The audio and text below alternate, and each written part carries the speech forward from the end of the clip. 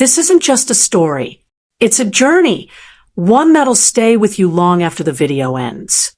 So if you've ever felt love, loss, betrayal, or hope, then stay with us. Because this story deserves to be heard from the very first second to the very last.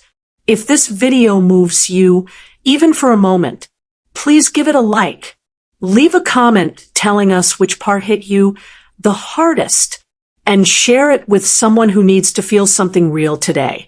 And if you love stories that are raw, emotional, and unforgettable, then subscribe to the channel. Because we don't just tell stories here, we bring them to life. I will never forget the day everything changed. It started out like any other ordinary Saturday. The sun was peeking through the curtains, the smell of pancakes wafted from the kitchen, and the sound of birds chirping outside mixed with the laughter of my little brother, Ethan, as he chased our dog, Max, around the backyard. My mom, Danielle, was humming a tune while flipping pancakes on the stove. She looked so peaceful, so normal, like nothing could possibly go wrong. My dad, Greg, sat at the table, sipping his coffee and reading the newspaper, just as he always did. We were a picture-perfect family, on the outside. But inside, things were cracking. There were arguments whispered behind closed doors, phone calls that ended abruptly when someone walked into the room, and long, heavy silences that stretched through dinner like a shadow. Still, we pretended.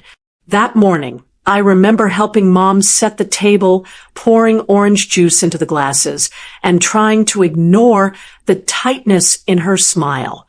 Ethan climbed up into his chair, chattering about some cartoon he had watched. Dad folded his paper and gave me a quick nod. Then the doorbell rang. It was unexpected. We weren't expecting anyone. Mom glanced at Dad, who shrugged and rose from his seat. He walked to the door, opening it with the kind of casual calm that came from routine. And then everything stopped. Standing in the doorway was a woman, tall, with flawless makeup and a confident air that instantly filled the room. Her hand rested on her round belly. She was pregnant, very pregnant, and she wasn't alone. Beside her stood a young girl, maybe 8 or 9 years old, clutching a small pink backpack and looking up at our house like she'd seen it before. "Hello, Greg," the woman said, her voice calm and smooth, like she was greeting an old friend. My dad's face turned to stone. Danielle stepped forward, her voice soft. "Who is it, honey?" The woman smiled. "I'm Veronica," she said, "and this is my daughter, Lily. I believe you know us." The silence in our house was deafening. Mom's face paled. Ethan stopped mid-bite, sensing the tension. I stood frozen, unable to process what was happening. "I think there's been a mistake," Mom said slowly, her voice trembling.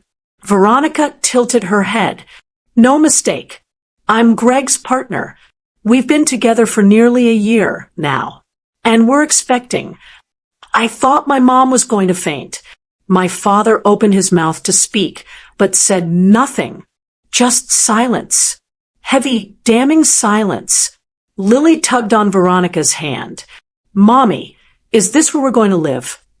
That's when Mom finally broke. She turned to Greg, her eyes wide with disbelief and pain. "You brought her here?" Veronica answered for him. "He didn't bring me. I came because I deserve to be here. We deserve answers." Everything unraveled at once. Voices raised. Chairs scraped against the floor. Ethan began to cry. I reached for him, pulling him away from the chaos. And through it all, Dad just stood there, silent, ashamed, and small. Veronica stepped further inside, uninvited, scanning the room like she already owned it. "I'm not here to cause trouble," she said, "but I won't be hidden anymore." Mom clenched her fists. "You've already caused enough trouble." Then she turned to Greg. "You cheated on me? You have a whole other family? He still said nothing.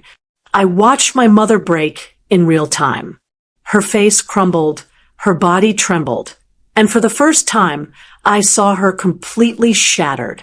I need you to leave, she said to Veronica, but Veronica stood her ground. I'm not going anywhere until we talk. Danielle's voice rose with trembling strength. Talk. You want to talk? In my house, with my children here, after showing up like this. Veronica placed her hand protectively over her belly. I didn't come here to start a war. I came here because Greg hasn't answered my calls in days. He disappeared, and I needed to know what was going on. I didn't think I'd have to knock on his wife's door to get answers. Danielle looked like she was about to collapse.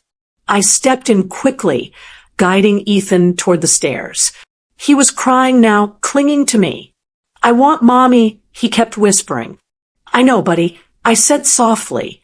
Let's just go upstairs, okay? From the top of the stairs, I could still hear every word. The argument carried through the walls like thunder. You lied to me, Danielle said. You lied every day. While sitting at this table, reading stories to our kids, taking family photos, you were living another life. I didn't mean for it to happen this way. Greg finally spoke, his voice weak and barely audible. Veronica scoffed. You told me you were separated. You said the divorce was just paperwork. What? Danielle shouted. Divorce? We were never even close to separated. Greg looked caught, like a child who'd been caught stealing. I was going to tell you. When? Danielle snapped. After the baby was born? After she moved in? Veronica looked stunned. You're still married? Greg nodded slowly. Veronica's face twisted with fury. You liar! You absolute liar. Danielle walked to the door and threw it open. Get out. Both of you. I had no idea, Veronica said, her voice cracking. I'm sorry. I thought we were building a future. You built it on a lie, Danielle said coldly. Now get out before I call the police. Lily stood frozen by the door, her eyes wide and confused. She clutched her backpack tighter. Veronica grabbed her hand and turned to leave, her face pale and lips trembling. But she stopped at the doorway. He may be your husband, she said to Danielle, but he's the father of my children now, and I'm not going to be erased. Danielle stared her down. Then be his problem, because he's no longer mine. The door slammed shut. I waited a few minutes before bringing Ethan back down. Danielle was sitting on the floor, tears running down her face. She looked like a shell of the woman I knew. Greg sat on the edge of the couch, elbows on his knees, staring at the floor. I'm so sorry, he said, voice low. Danielle didn't answer. Ethan rushed to her, wrapping his little arms around her. Don't cry, Mommy, he whispered. Please don't cry. I felt numb, like everything I believed about our family had been burned to ash. I looked at my father and saw a stranger. That night, Danielle packed Greg's things into garbage bags and set them on the porch. She didn't scream. She didn't rage. She just moved with a quiet fury that was louder than any words. Greg didn't fight it. He left without protest. The next few days were a blur. People called, neighbors whispered, and family members offered help. But Danielle stayed silent. She focused on Ethan and me, making sure we were fed, dressed, and got to school. But her smile was gone. At night, I could hear her crying through the walls. The sobs she tried to hide. The pain she swallowed to keep us steady. Ethan kept asking when Daddy was coming home. Danielle never answered. And I stopped asking questions. Because I already knew. Weeks passed. The silence in our home became a third presence in every room.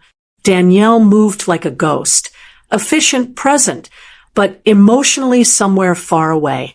She took Ethan to school, packed my lunches, did the laundry, but the light in her eyes had dimmed. Greg tried calling, at first often, then less. Danielle never picked up. She blocked his number after the 5th voicemail. The bags she had left on the porch were gone one day. That was the last we saw of him, for a while. Ethan struggled. He wet the bed again, started acting out at school. His teacher called one day, saying he punched another kid during recess. That wasn't like him at all. Danielle sat him down that night and held him as he cried. "I just want Daddy to come back," he sobbed. I watched from the hallway, unseen, and I realized something. I didn't want him back. Not anymore. I had seen too much. Danielle started seeing a counselor. I think someone at her job recommended it. Slowly, she began to change. She cut her hair, bought new clothes, and joined a book club. She smiled again, even if only for a moment. One day, she picked me up from school and asked if I wanted to get ice cream.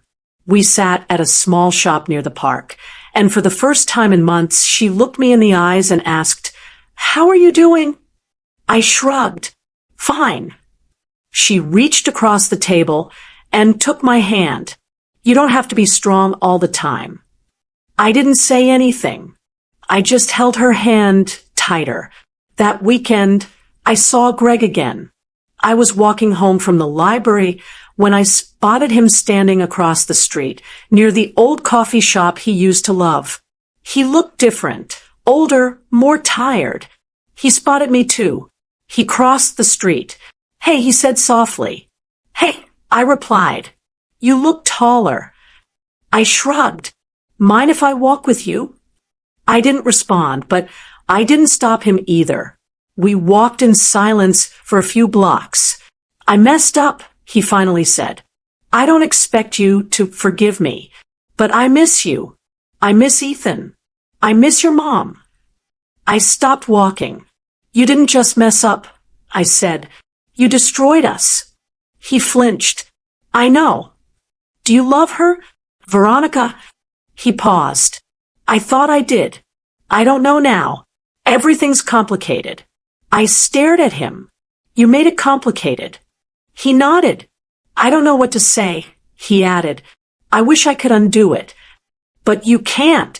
He reached out like he wanted to hug me, but stopped himself. "Tell Ethan I love him." "You should tell him yourself." He nodded again. "Take care of your mom, okay?" That made me angry. She takes care of us, like she always has. I turned and walked away. He didn't follow. When I got home, Danielle was in the kitchen. I didn't tell her I'd seen Greg. Not yet. I just hugged her from behind and said, "I love you." She turned, surprised, then smiled. "I love you too." That night, I wrote in my journal for the first time in months. I wrote, "Pain doesn't always come with shouting. Sometimes it's quiet. Sometimes it looks like your dad smiling across the dinner table while hiding a secret life." But I also wrote, "Healing doesn't look like a movie. It looks like pancakes on a Sunday morning and your mom smiling through her tears." Summer arrived, and with it came a strange sense of stillness. Danielle took some time off work. She said we all needed a reset. We took a short trip, just her, Ethan, and me, to the lake house her friend had offered for a weekend. No phones, no distractions, just the sound of water lapping against the dock, and the sun warming our skin. Ethan seemed happier there. He laughed again, ran around chasing dragonflies, and threw rocks into the water like he used to before everything shattered. Danielle smiled more too. She sat on the porch with her coffee each morning, watching the trees, letting herself breathe. One evening, we built a small bonfire and roasted marshmallows. Ethan fell asleep in a blanket on the porch swing, and I found Danielle staring into the flames. He called you, didn't he? She asked. I hesitated. Then I nodded. She didn't seem angry, just tired. I figured. She said softly. He said he misses us. I told her. She poked the fire with a stick, watching the embers rise. He made his choice. Now we live with it. I wanted to ask her if she missed him, if she ever thought about forgiving him, but I didn't. Some questions are too heavy to ask out loud. When we got back home, things didn't magically get better, but they felt better. The house was still too quiet at times, but it didn't echo with pain the way it used to. One Saturday morning, while cleaning out the garage, Danielle found an old box of photos. She called me over, and we sat together flipping through them. Birthdays, beach trips, Halloween costumes. She paused on one of all four of us, smiling by the Christmas tree. I used to think these moments were real, she whispered. They were, I said. For us, they were. She nodded slowly. Maybe that's enough. Later that day, Ethan asked if we could put some pictures back up. Danielle hesitated, then agreed. We chose the ones that made us smile, the ones that felt like ours. That night, I caught Danielle sitting by herself on the couch, staring at a framed photo of the three of us, her, Ethan, and me. I'm going to be okay, she said, more to herself than to me. I know, I replied. School started again in the fall. I threw myself into my studies and extracurriculars. Photography became my escape. I captured moments, sunlight through the window, Ethan asleep on the couch, Danielle laughing with her book club friends. My photos began winning school competitions. One of them, Danielle standing at the sink, water dripping from her hands, sunlight casting a golden glow over her, got published in the local newspaper. The title was Strength in Silence. Danielle cried when she saw it. Is this how you see me? She asked. Yes, I said. And it's how Ethan sees you too.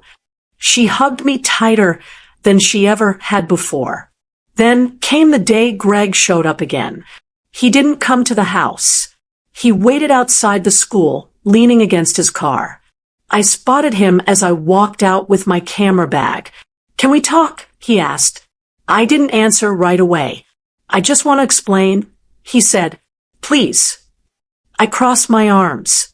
You had plenty of time to explain. I know I did, he said. But I was ashamed. I still am. You hurt us, I told him. You broke Mom. You broke Ethan. You broke me. He nodded, eyes red. I just want a chance to fix things. You can't fix what you destroyed. But I can try to be better. For what's left. I didn't say yes. But I didn't walk away either. That evening, I told Danielle about seeing Greg outside school. Her jaw clenched, but she nodded. Did he say what he wanted? To talk. To explain. He says he wants to try to be better. She looked away, staring out the window as the sun dipped below the horizon. He always wants to fix things after they're broken beyond repair. I sat beside her. Do you want him to stay away? Danielle sighed. I want him to realize that some doors don't open again, not because of hate, but because we've walked too far past them. I nodded. He still has a right to see Ethan, she said, but on our terms, not his. So they arranged a visit, supervised, in a public park, safe. Greg showed up early, wearing a plain polo shirt and jeans. He looked nervous, like a man meeting his own child for the first time. Ethan ran to him. I wasn't sure if it was joy or confusion that made him smile, so wide. But in that moment, I saw something soft return to his face. Greg lifted him in his arms and spun him around. You've gotten so big. Ethan giggled. I missed you. Danielle stood to the side, watching with guarded eyes. She didn't speak unless spoken to. Her walls were up, and rightfully so. The visit lasted an hour. Greg brought coloring books, snacks, and tried to explain where he'd been. Danielle stayed close, never letting her guard down. And when it was time to go, she simply said, "We'll let you know about the next one." Back at home, Ethan buzzed with stories. Dad said he's learning to cook. He burned eggs last week. Danielle forced a smile. That sounds like him. Later, she admitted to me, "I don't know what's harder, hating him or watching Ethan still love him." I didn't have an answer. A few weeks passed. The visits continued. Sometimes Greg brought Lily. Danielle kept them brief, never letting him back into our world. She protected our boundaries like a fortress. And slowly, life created a new rhythm. Danielle started painting again. She hadn't touched a canvas in years, but one afternoon she pulled her old supplies out of the closet and set up in the dining room. I watched her mix colors, her brow furrowed in focus. "What are you painting?" I asked. She smiled faintly. "Not sure yet. Maybe peace." Ethan started sleeping through the night again. His drawings changed from broken hearts and frowning stick figures to superheroes and happy families. And I kept photographing everything. One morning, I captured Danielle brushing her hair in front of the mirror. She looked at her reflection with quiet strength, as if reminding herself that she'd survived. Another time, I photographed Ethan asleep in her lap, his hand wrapped tightly around her fingers. At school, I won a regional award for my portfolio titled Resilience. One of the judges told me, "There's pain in your work, but also healing. You have an eye for honesty." Danielle cried again, happy tears this time. "I'm so proud of you," she said. "You've taken all this and made something beautiful." I hugged her tightly. "You did that too, in your own way." Then, one night, Greg asked if he could come to Ethan's birthday party. Danielle paused for a long time before answering. "You can come," she said. "But this is his day. It's not about us." He agreed. The party was small, just close friends, some family, and a lot of balloons. Greg came alone. No Veronica. No drama. He brought Ethan a telescope and helped him set it up in the backyard. As they looked up at the stars that night, Ethan whispered, "Maybe we're all just trying to find our place." Greg looked at him and said, "Maybe we are." And for the first time, I didn't feel the urge to walk away. After the birthday party, something shifted not just in our house, but inside each of us. Danielle no longer flinched when Greg's name came up. She no longer tightened her jaw when Ethan asked about him. It wasn't forgiveness exactly, more like acceptance, a quiet release of the weight she'd been carrying for far too long. One evening, I asked her, "Do you think you'll ever trust him again?" She paused before answering. "Trust? No. But I've learned that I don't need to trust someone to set them free. I just need to trust myself enough to know I'll never be trapped again." Her words settled into me like a lesson I didn't know I needed. Time kept moving. Danielle enrolled in evening art classes and started showcasing her work at small galleries. People loved her pieces, paintings filled with emotion, texture, and truth. One of her most praised works was titled Rebuilt. It featured a woman with cracks across her face, light pouring through each one. "Is it supposed to be me?" I once asked her. She smiled. "It's all of us." Greg stayed consistent. He didn't push. He showed up when he said he would. He respected boundaries. And over time, Ethan grew more at ease with him. Sometimes I'd catch them building Legos together or watching old cartoons Greg used to show me as a kid. I still didn't fully forgive him, but I didn't hate him anymore either. Hate, I learned, was too heavy to carry for too long. Lily became part of our extended circle. She and Ethan bonded quickly, and Danielle, though wary at first, always treated her kindly. She even helped her with a school project once. I asked her afterward, "How do you do it? Be kind to her?" Danielle replied, "She's a child. None of this was her fault. And being kind to her doesn't mean I condone what he did. It just means I won't let it define me. That hit me harder than I expected. By the time I graduated high school, our lives looked nothing like the picture-perfect frame we'd once clung to, but somehow they felt more real. We were no longer pretending. I gave a speech at graduation. I talked about resilience, not as something you're born with, but something you build every time life breaks you, and you get back up anyway. When I looked out into the crowd, I saw them, Danielle, Ethan, Greg, and even Lily, clapping for me. Later that night, Danielle handed me a wrapped gift. Inside was a photo book she'd secretly put together. All the pictures I had taken over the years. Moments frozen in time, some joyful, some painful, all honest. On the last page, she had written, "You turned our broken pieces into something beautiful. Never stop." I hugged her tightly, unable to speak. As college approached, I prepared to leave home. It scared me, not because I didn't think I could handle it, but because I had built something precious here, something worth protecting. On my last night before moving, we all had dinner together. Yes, all of us. Danielle, Greg, Ethan, Lily, and me. It wasn't awkward. It wasn't forced. It was peaceful. As I hugged Danielle goodbye, she whispered, "No matter where you go, you carry us with you." "I know," I said. "I always will." And as I drove off the next morning, watching my family shrink in the rearview mirror, I realized something. This story wasn't about betrayal. It was about becoming. About how sometimes the worst things that happen to us are the ones that carve space for the best parts of who we are to finally step forward. We weren't perfect, but we were real. And that was more than enough.